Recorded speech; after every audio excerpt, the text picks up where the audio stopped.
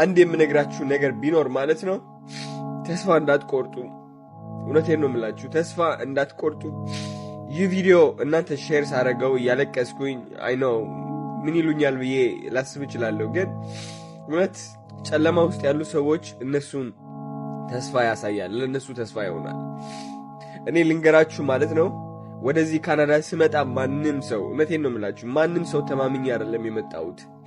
በፍርሃት ወደ ካናዳ ነው የገባሁት። ከአሜሪካ ጠበቃ አሳይለም መጠየቅ አትችልም ብሎኝ ከዛ ኬዝ ትክክለኛ አይደለም ዲናይ ልትደረግ ስለምችል ወደ ካናዳ ብትሄድ ይሻላል።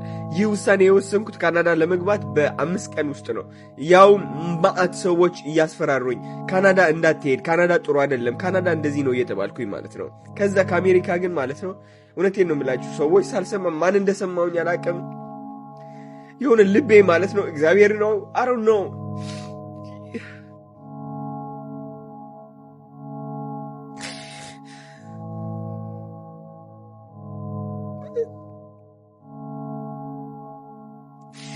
ልቤ የሆነ ነገር ገፋፋኝ ወደ ካናዳ እንድገባ ማለት ነው። ምንም ሳላቅ እውነቴን ነው የምላችሁ ስልኬን ጥዬ ነው የገባሁት ራሱ ፈርቼ ማለት ነው። ማንንም ሰው ሳላቅ ጠበቃ ብቻ ያበሻ ጠበቃ አግኝቼ እሱ ተስፋ አድርጌ ነው የገባሁት። ከዛ ማለት ነው ወደ ካናዳ ስገባ እንዳለ ሸልተር ውስጥ ነው የኖርኩት። ብዙ ኢትዮጵያውያን የሚኖሩበት ቦታ ነው። እንግዲህ ወደ ካናዳ ሲመጡ ወደ ኪውቤክ ገባሁኝ። ኪውቤክ ስገባ ያላሰብኩት ህይወት ነው። ከ6-7 ሰዎች አብረክ ነው የምታድረው እንደ ዩኒቨርሲቲ ዶርም ውስጥ። እኔ እንግዲህ ይህ ህይወት አላውቀውም። ስልኬ የለኝም። ብሬን ደግሞ መልስ እንዳይሉኝ ይሄ ብር ከየት ያመጣሁ እንዳይሉኝ ማለት ነው እንዳለ ከአሜሪካ ወደ ኪውቤክ ሊያሻግሩኝ ወደ ኪውቤክ የወሰዱኝ ወደ የካናዳ ቦርደር እነሱን እንዳለ ብሬ ሰጥቻቸዋለሁ። ቲፕ ሰጠዋቸው 300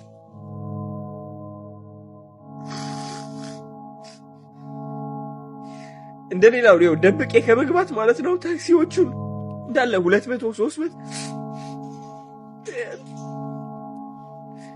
የዛኔ እንኳን እውነቴን ነው የምላችሁ በራሴ የምኮራው የዛኔ እንኳን እዛ ሲቹዌሽን ላይ ሆኜ የማላቀው ሀገር ያለምንም ብር ማለት ነው ብሬ እንዳለ ላይክ ለታክሲዎቹ በቃ ደስ እንዲላቸው ምን ይሰጣቸው ምን ያደርግልኛል ደብቄ ከመግባት ልስጣቸው። አይኖ ጅልነት ነው ግን ላይክ አይ ዶንት ኖ ማን እንደዚህ አድርጎ እንደፈጠረኝ አይ ዶንት ኖ። ከዛ ካናዳ ገባሁኝ። ለ2 ቀን ሞንትሪያል አደርኩኝ ሸልተር ውስጥ ማለት ነው። ከዛ ወደ ቶሮንቶ ልሄድ ፈልጌ እዛ ሞንትሪያል ያሉ ሰዎች እንዳለ ወደ ቶሮንቶ እንዳትሄድ ሰው ማታቅ ከሆነ እዛው ትጠፋለቅ ሆምለስ ሆነክ ነው የምትቀረው ተባልኩኝ። ምክንያቱም የዛኔ ዓመት በዓል ነበረ።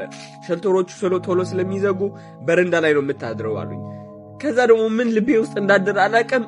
አይ ዶንት ኖ እሄዳለሁ። ከዛ ባስ ውስጥ አስታውሳለሁ የፈራሁት ፍርሃት የዛኔ ማታ ጨልሞ ማለት ነው አስታውሳለሁ። ሸልተሮቹ ሊዘጉ 1 ሰዓት ሲቀራቸው ወደ ቶሮንቶ ነው የገባሁት። እንዴት ሮጬ ከባሱ እንደወረድኩኝ እንዴት በችኮላና በፍርሃት ስልክ እንደደወልኩኝ ወደ ሸልተሮች። ከዛ ሸልተር ደወልኩኝ። አንድ ሸልተር አነሱልኝ ስልካቸው። ከዛ ስልካቸው ሲያነሱልኝ መሄድበት ቦታ የለኝም ሪፊውጂ ነኝ ካናዳ መጣሁኝ መሄድበት ቦታ የለኝም እና ፕሊዝ ሄልፕ ሚ ያልኳቸው።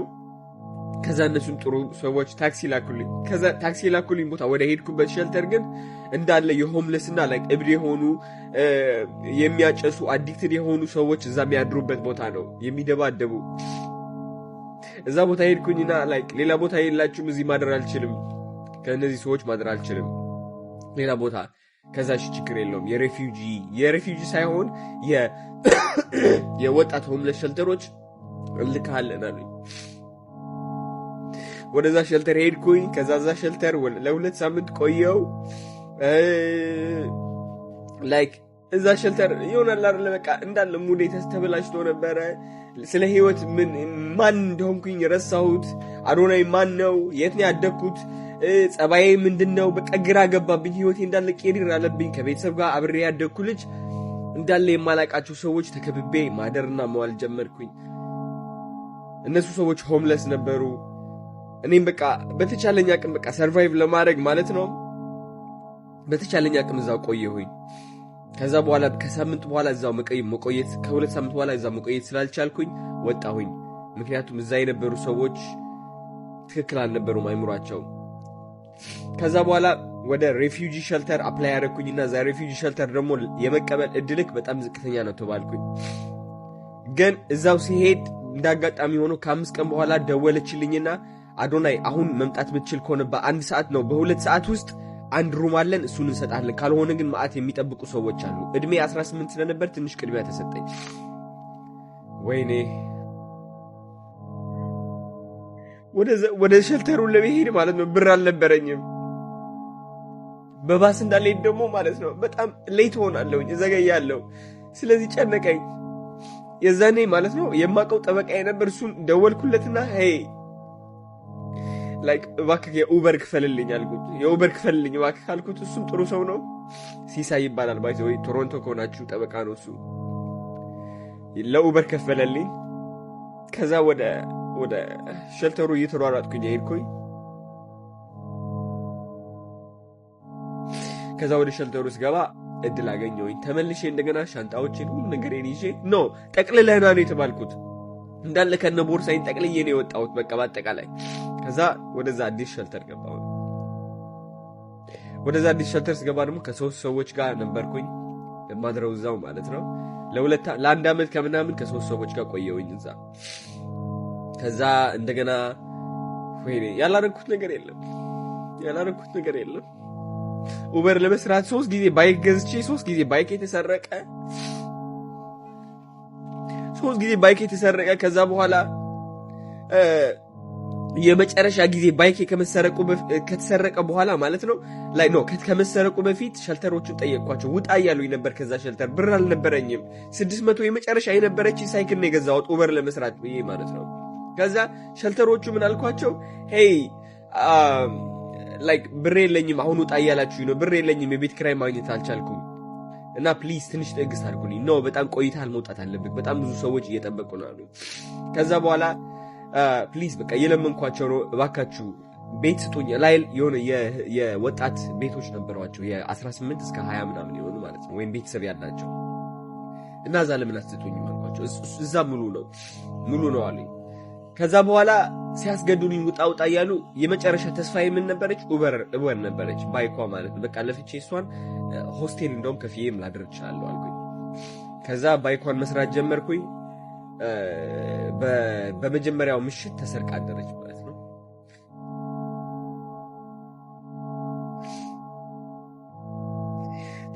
የዛኔ ልቤ እንዴት እንደተሰበረ ልነግራችሁ አልችልም።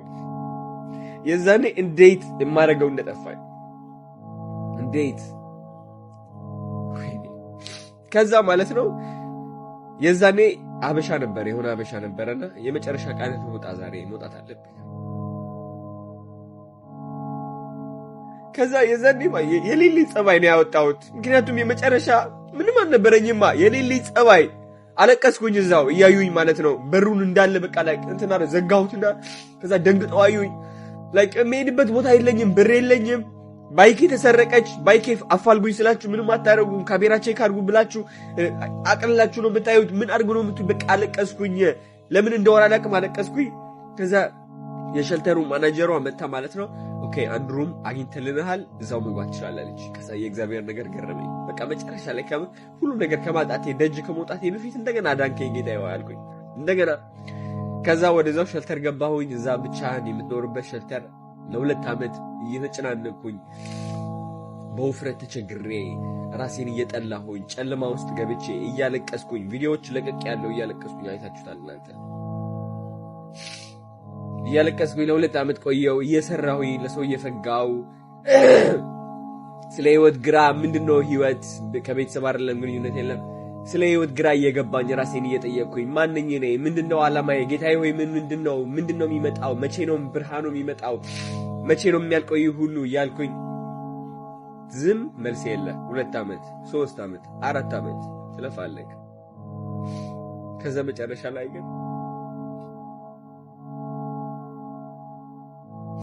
መጨረሻ ላይ ሳታውቀው እግዚአብሔር ይደርስልሃል። ሳታውቀው እግዚአብሔር ይደርስልሃል። እግዚአብሔር ይደርስልሃል ሳታውቀው ታሸንፋለህ ሳታውቀው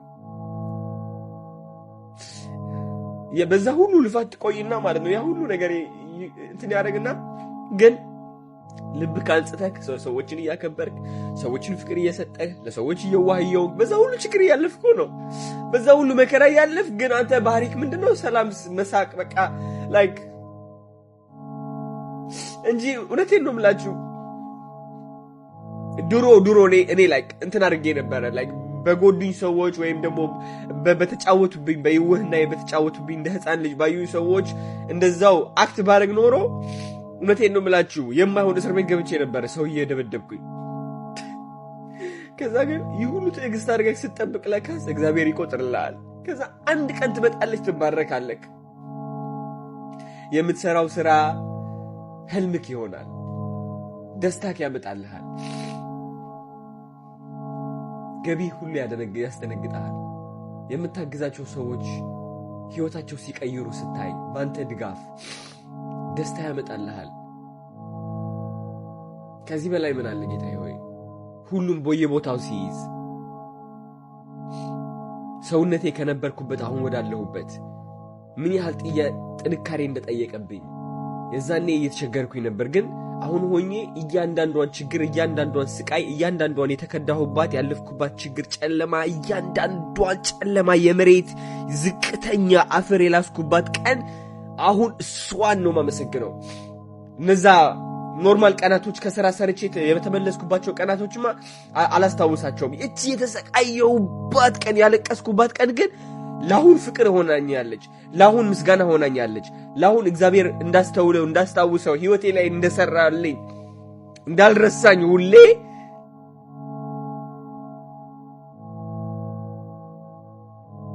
ፋክ